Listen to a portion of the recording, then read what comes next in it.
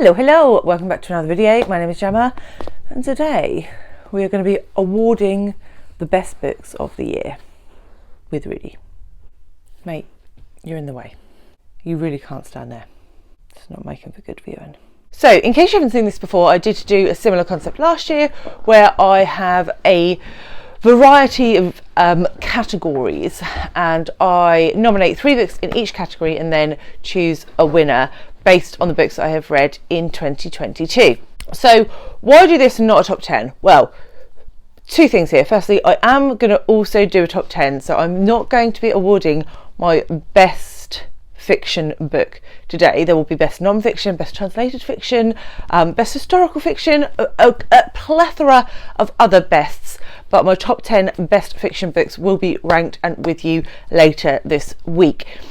But this also gives me an opportunity to highlight some books that didn't make that list or that were so a lot of books that were 4 stars. I also have more than 10 5-stars, so there are 5-star books that didn't make it onto my top 10 list, and I think they all need a little chunk of love as well. So that's what we're doing. Buckle in, let's see what we've got. So for the first category we have best setting, and the nominations in this category are The Count of Monte Cristo by Alexandre Dumas, The Kingdom of Copper by S.A. Chakraborty, and The Poisonwood Bible by Barbara Kingsolver. So The Count of Monte Cristo is set in France. A reasonable chunk at the beginning is set in a prison, Chateau d'If, and yes, it is. There's a lot of settings in it and they're all fabulous. Kingdom of Copper is set in a fantastical Middle Eastern Egyptian style setting, and The Poisonwood Bible is set in the Congo. And the winner for this category is The Count of Monte Cristo. The next category is Best Plot, and the nominations in this category are Anxious People by Fredrick Backman. There are lots of characters in that book and all intertwined, and there was a moment in the middle where I went, wait, what? Excellent plot. Great Circle by Maggie Shipstead. Epic, sweeping, female pilots, delightful.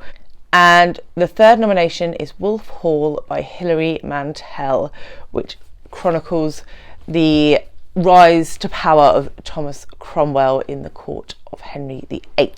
And the winner in this category is Great Circle by Maggie Shipstead. For our next category we have Best Female Leading Character, and so the nominations here are Anne Shelley from Anne of Green Gables by L.M. Montgomery, Bess from Careless by Kirsty Capes, and Rachel Price from The Poisonwood Bible by Barbara Kingsolver. And the winner of this category, could it be anyone other than Anne Shirley from Anne of Green Gables? What a delightfully mischievous, wonderful child. Then we have Best Male Character. So the nominees are Charlie from Heartstopper, Glockter from The Blade itself, what a baddie, also the audiobook, fabulous, and Thomas Cromwell from Wolf Hall. And so the winner for this category is Glockter from The Blade itself. You have to read Glockter's character to understand the genius of Joe Abercrombie, but I don't think I've ever read a character that is so despicable and yet you adore him so much all at the same time. Next we have Best Supporting Character, and the nominations are Ishal from Careless, Iris from Maps of Our Spectacular Bodies by Maddie Mortimer, and Rocky from Project Hail Mary by Andy Weir. And the winner goes to Rocky from Hail Mary. He was my favourite character that I have read this year, and I can tell you nothing about that character because it would spoil it. So what you need to do is you need to pick up the book, preferably the audiobook because it's fabulous, and then you will understand the joy that is Rocky. So most surprising book of the year. So this category is very much books that I picked up with a fair to middling expectation, but didn't expect them to blow my socks off, and they did blow my socks off. So the nominees are Cain by Jose Saramago, Heartstopper by Alice OSeman, and The Test by Sylvain Neuvel. And the winner has to be the heartwarming hug of a book that is Heartstopper. I say Heartstopper, I am referring to all 4 volumes because I read all 4 this year, and they were just delightful, and I didn't think YA romance would be for me. If you've seen my channel, you'll know what a cynical bastard I am. However, Nick and Charlie, they got me right. Where's your heart again? Right down there somewhere, near my boobs. And of course, the reverse of that, the most disappointing books of the year. So the books that I thought were going to be knock my socks off, and yet my socks remained firmly on my feet.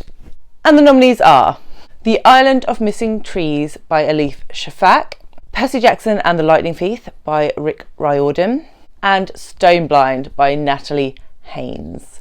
You've probably seen my review for it, so you all know what's coming. Stoneblind by Natalie Haynes was my biggest disappointment of the year. Was it a bad book? No, but did I expect rockets and fireflies? No, fireworks. Yes, I did, and they weren't there. So that was my biggest disappointment of the year. Sad, sad, sad. Okay, now we're moving into genres. So the best literary fiction book that I picked up in 2022. The nominations are Maps of Our Spectacular Bodies by Maddie Mortimer, Open Water by Caleb Zuma Nelson, and Our Wives Under the Sea by Julia Armfield. And the winner for this has got to be the one that made me tear up at the end. Maps of Our Spectacular Bodies. Wow, that book knew how to gut punch you. Right in the gut. Right in the gut, it got me. And then we move on to Best Historical Fiction, and the nominees for this category are Great Circle by Maggie Shipstead, The Pull of the Stars by Emma Donoghue, and S by Slavenka Drakulic.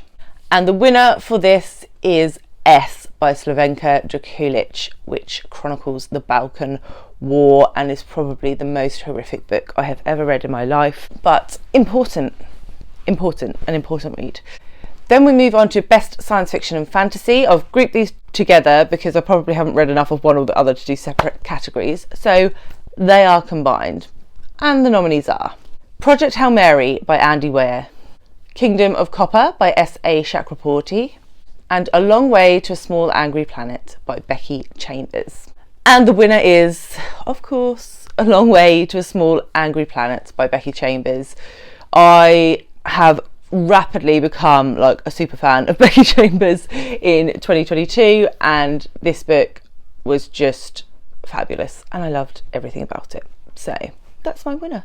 Next we move to Best Non-Fiction, and the nominees for this category are The Anthropocene Reviewed by John Green, Things I Have Withheld by Kai Miller, and A Swim in the Pond in the Rain by George Saunders. And the winner is, again, a book that I've done a solo review for. All solo reviews I'll leave linked below if I've done them. It's Kai Miller, Things I Have Withheld, essay collection about what it is to be a gay black man growing up in a country that is horrifically homophobic. And it made me cry. An essay collection made me cry. So if you missed me talking about that book, now is your chance. It's amazing. Next we move to Best Translated Book of the Year, and the nominees are The Count of Monte Cristo by Alexandre Dumas, translated by Robin Buss, Magma by Thora Hurlifstetter, translated by Meg Matic, and S by Slavenka Drakulic, translated by Marko Ivic. And the winner of this category is Magma by Thora Hurlifstetter. I thought this was outstanding. It is a book about emotional abuse, so if that doesn't sound like your thing, then probably don't pick it up.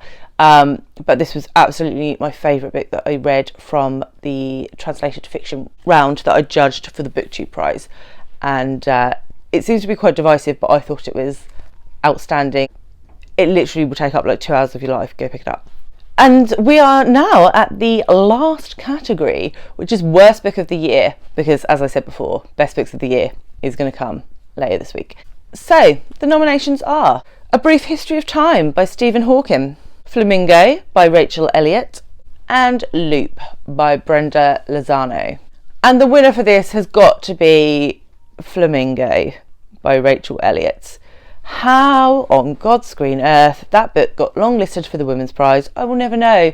It was so dull, I literally couldn't tell you anything about it now. I'm frankly quite astounded that I didn't DNF it. I know a lot of people did. That was my error. Oops. But at least I've got a spot on this list, so not the spot I wanted, I'm sure, but it's got a spot nonetheless. I would love to know whether you read books in these categories and what your favourites were, and I will also leave my Best Book Awards from last year here for you to check out if you so wish. And yeah, Happy New Year and all that jazz. Bye.